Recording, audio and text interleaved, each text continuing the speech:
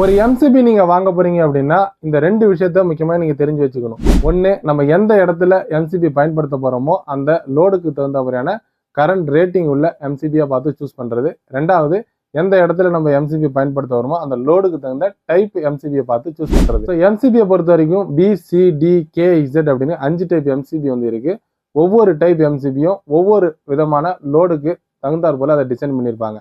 So அதனால நம்ம என்ன விதமான லோட்ஸுக்கு வந்து கனெக்ட் பண்ண போறோமோ எம்சிபியை, அதுக்கு தகுந்தாற்பன அந்த டைப் எம்சிபியை தான் வந்து பயன்படுத்தணும். ஸோ மாற்று எம்சிபியை நம்ம பயன்படுத்தணும் அப்படின்னா அந்த மின்சாதனம் பழுதறிகிறதுக்கு நிறைய வாய்ப்புகளும் இருக்கும். இதனால இந்த வீடியோல நம்ம இந்த எம்சிபி டைப்ஸை பற்றி டீட்டெயிலாக பார்க்கலாம்.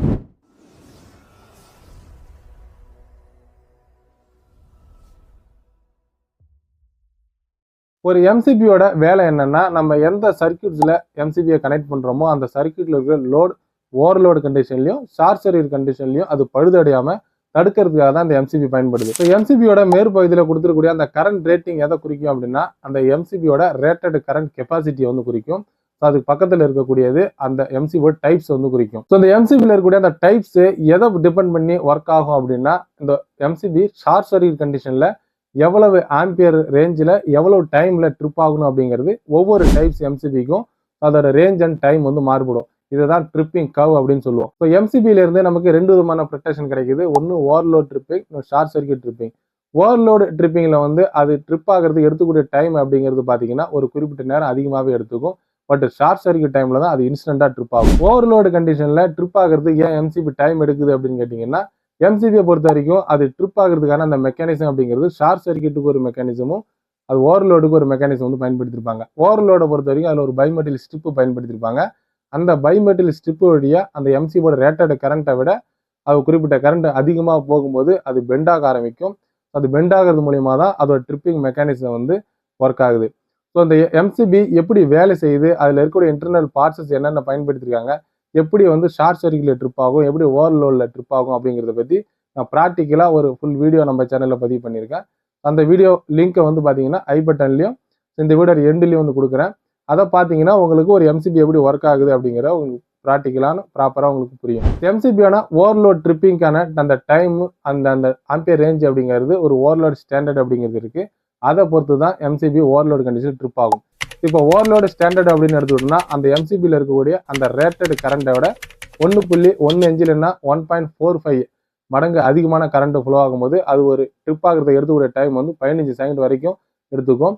இதுவே 3 மடங்கான கரண்ட் அதுலேருந்து ஃப்ளோ ஆகும்போது அது ஒரு 10 செகண்டுக்குள்ளே ட்ரிப் ஆகும். ஸோ இந்த அளவுக்கான கரண்ட் அதிகமாக அந்த லோடு எடுக்கும்போது அந்த லோடில் வந்து பழுதடையாதா பாதிப்படையாதா அப்படின்னு நீங்கள் கேட்டிங்கன்னா, ஸோ ட்ரிப்பிங்கை பொறுத்த வரைக்கும் ஓவர்லோடு கண்டிஷனுக்கும் ஷார்ட் சர்க்யூட்டுக்கும் டிஃப்ரென்ஸ் இருக்குது. இப்போ ஓவர்லோடு அப்படின்னு எடுத்துக்கிட்டோம்னா அது அந்த 10 ஆம்பியர்லேருந்து 15 ஆம்பியருக்கு போகிறதுக்கு எடுத்துக்கூடிய டைம் அப்படிங்கிறதும் அதிகமாக இருக்கும். ஸோ அந்த டைமை பொறுத்து அதோட ட்ரிப்பிங் ரேஞ்ச் அப்படிங்கிறதும் மாறுபடும். உதாரணத்துக்கு பார்த்தீங்கன்னா நம்ம வீட்டில் பயன்படுத்துகிற மிக்சி எடுத்துக்கலாம். ஒரு மிக்சியில் அதோட ரேட்டட் கரண்ட் அப்படிங்கிறது குறிப்பிட்டிருப்பாங்க. அந்த மிக்சியோட வாட்டேஜை பொறுத்து இது மாறுபடும். ஸோ அந்த மிக்சியில் நம்ம எவ்வளவு கெப்பாசிட்டி வந்து அரவையை அரைக்க முடியும் அப்படிங்கிறது ஒரு கெப்பாசிட்டி இருக்கும். அதுக்கு அதிகமான அரவையை நம்ம அரைக்கும் போது மிக்சி ஒர்க் ஆகும், பட் கொஞ்சம் திணறி வேலை செய்யும். இந்த மாதிரி ஆகிறது தான் ஓவர்லோடு அப்படின்னு சொல்லுவோம்.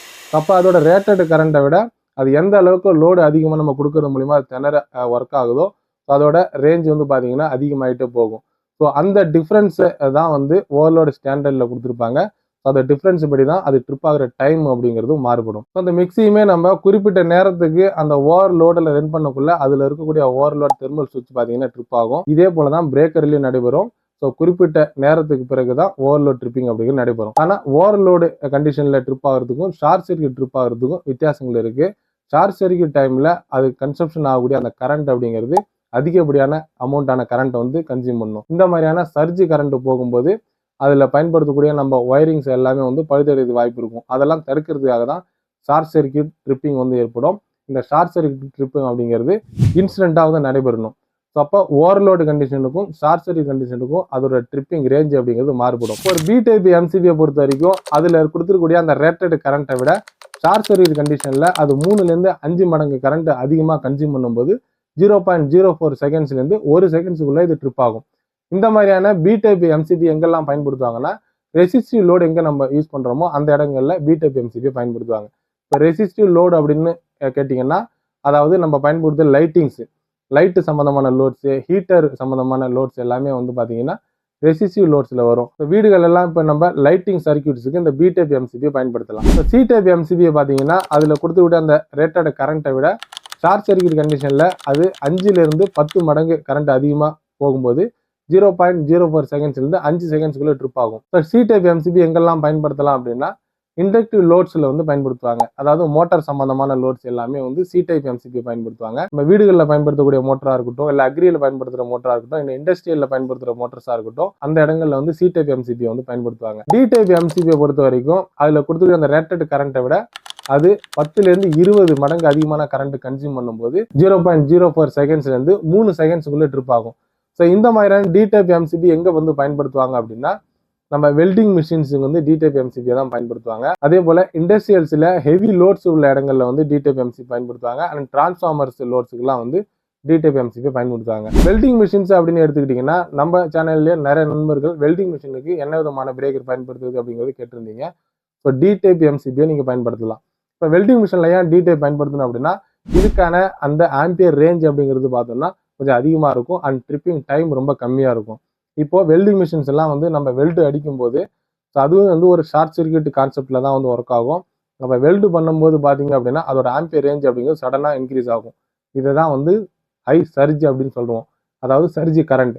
இந்த மாதிரியான சர்ஜி கரண்ட் எங்கே அதிகமாக இருக்குதோ அந்த இடங்களில் வந்து டி டைப் எம்சிபியை பயன்படுத்துவாங்க. இந்த இடத்துல நம்ம ஒரு பி டைப் எம்சிபியோ இல்லை சி டைப் எம்சிபியோ பயன்படுத்தணும் அப்படின்னா இந்த மாதிரியான சர்ஜி கரண்ட் அதிகமாக எடுக்கும்போது அடிக்கடி அந்த பிரேக்கர் ட்ரிப் ஆகும். கே டைப் எம்சிபியை பொறுத்த வரைக்கும் அதில் கொடுத்து ரேட்டட் கரண்ட்டை விட 8லிருந்து 12 மடங்கு அதிகமான கரண்ட் ஃப்ளோ ஆகும்போது அது 0.04 செகண்ட்ஸ்லேருந்து 5 செகண்ட்ஸுக்குள்ளே ட்ரிப் ஆகும்.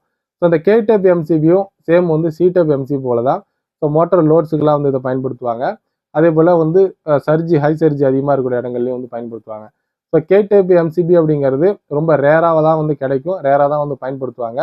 அதிகமாகவும் மார்க்கெட்டில் கிடைக்காது. இப்போ இசட் டைப் எம்சிபியை பொறுத்த வரைக்கும் பார்த்தீங்கன்னா இதோட அந்த ட்ரிப்பிங் ரேஞ்ச் அப்படிங்கிறது ரேட்டட் கரண்ட்டை விட 2லேருந்து 3 மடங்கு அதிகமான கரண்ட் ஃப்ளோ ஆனாலே அது 0.01 செகண்ட்ஸுக்குள்ளே ட்ரிப் ஆகும். இந்த மாதிரியான இசட் டைப் எம்சிபியை நம்ம ஒரு மோட்டர் லோட்ஸுக்கோ இல்லை லைட்டிங் லோட்ஸுக்கோ எல்லாம் பயன்படுத்த முடியாது. இந்த பிரேக்கரை ரொம்ப சென்சிட்டிவான டிவைசஸுக்கு கண்ட்ரோல் பண்ணுறதுக்காக பயன்படுத்துவாங்க. உதாரணத்துக்கு செமிகண்டக்டர் டிவைஸு, அதே போல் பிசிபி போர்ட்ஸு, அப்புறம் பிசி, லேப்டாப் இந்த மாதிரியான பயன்படுத்தக்கூடிய ரொம்ப சென்சிட்டிவான லோட்ஸுக்கு அதோட சர்க்யூட்ஸில் இசட் டைப் எம்சிபியை பயன்படுத்துவாங்க. ஸோ எம்சிபியோட டைப்ஸ் அவ்வளோதான். இந்த 5 டைப்ஸுக்கும் 5 விதமான நம்ம லோட்ஸுக்கு தகுந்தாற போல தான் நம்ம எம்சிபி வந்து பயன்படுத்துவோம். அதே போல் ஒரு எம்சிபியோட அந்த ஆம்பியர் ரேட்டிங் வந்து எப்படி நம்ம செலெக்ஷன் பண்ணுறது அப்படின்னு நீங்கள் தெரிஞ்சுக்கணும் அப்படின்னா அதையுமே நம்ம சேனலில் ஃபுல் வீடியோவாக வந்து பதிவு பண்ணியிருக்கேன். நம்ம பயன்படுத்துகிற லோடுக்கு தகுந்த மாதிரியான ஆம்பியர் ரேஞ்சு உள்ள எம்சிபி எப்படி செலெக்ஷன் பண்ணுறது, ஒரு கால்குலேஷன் எப்படி பண்ணுறது அப்படிங்கிறத பற்றி. ஸோ அந்த வீடியோட லிங்க்கையும் வந்து நான் டிஸ்கிரிப்ஷன்லையும் இந்த எண்ட்லையும் கொடுக்குறேன். அதையும் பார்த்து நீங்கள் தெரிஞ்சுக்கலாம். ஸோ இவ்வளோதான் இந்த வீடியோ பார்த்தினா உங்களை கருத்துக்களை பதிவு பண்ணுங்கள். வீடியோ பிடிச்சிருந்தது, பயனுள்ளதாக இருந்தது அப்படின்னா மற்றவங்களுக்கு இதை ஷேர் பண்ணுங்கள். அடுத்த ஒரு நல்ல வீடியோ சந்திக்கலாம். நன்றி, வணக்கம்.